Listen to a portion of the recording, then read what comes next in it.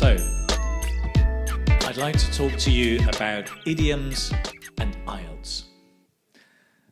There is a common question that students ask me, and that's, should I use a lot of idioms in my IELTS speaking test? Well, the short, simple answer is no. Don't use a lot of idioms. Because, first of all, idioms are quite rare in our natural spoken conversations.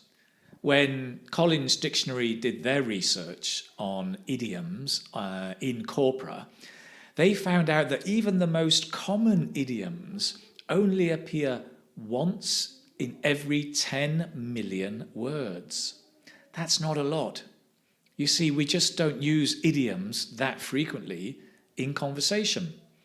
And as IELTS is a test of natural spoken conversation, you don't want to use too many. 1 or 2 is fine. You'll notice journalists and politicians use a lot of idioms because it's creative, it captures your attention, that they do overuse them. So if you're listening to the news or watching the news, you may hear a lot of them, but that's not how we naturally use them every day. So that's the first thing. Secondly, the IELTS examiner has a little book, well, a piece of paper to evaluate you. It's the band descriptors. And there is nothing in the band descriptors about idioms. Nothing.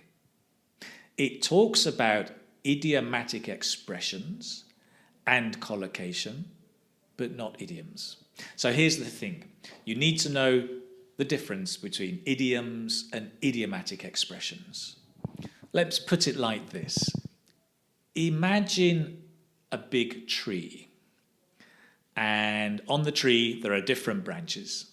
The tree is the idiomatic expressions. It's the big picture.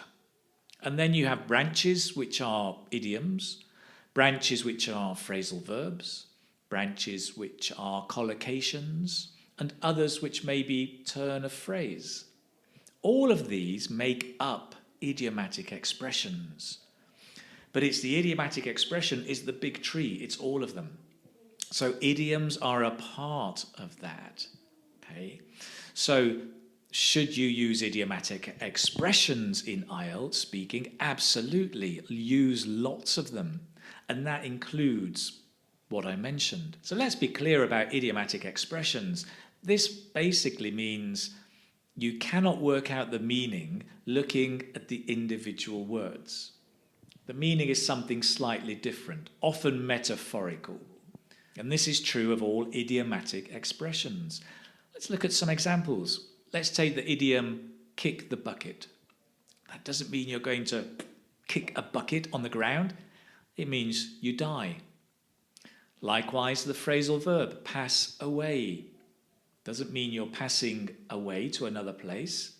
Well, kind of. It means to die. So let's give some other examples. We mentioned collocation. Collocations are when you have 2 or 3 words that usually sit together. So we may say, spread the word. If you want to let people know about something, you spread the word. We don't spill the word or give out the word.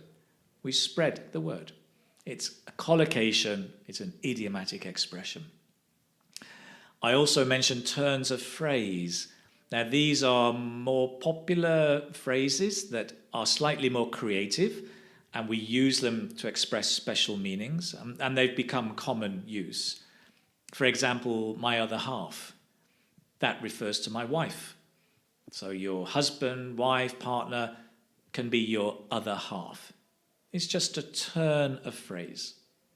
So all of these are idiomatic expressions. And yes, you really need to be using lots of them in the IELTS test because that's how we speak English, but only 1 or 2 idioms.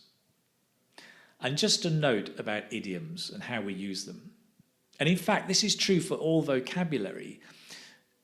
I would strongly recommend you only use idioms you are comfortable with, that you know what they mean and you've used before. When learning new words and idioms, you need to see it in at least 3 or 4 different contexts, and then to have used it at least 3 or 4 times, and only then will you feel comfortable to use it. And that's it. So idioms, you can use 1 or 2, but focus on your idiomatic expressions. Start seeing them, start using them, and good luck with your IELTS speaking test. This is Keith from IELTS Speaking Success. You can find out more details on the website ieltsspeakingsuccess.com. See you soon.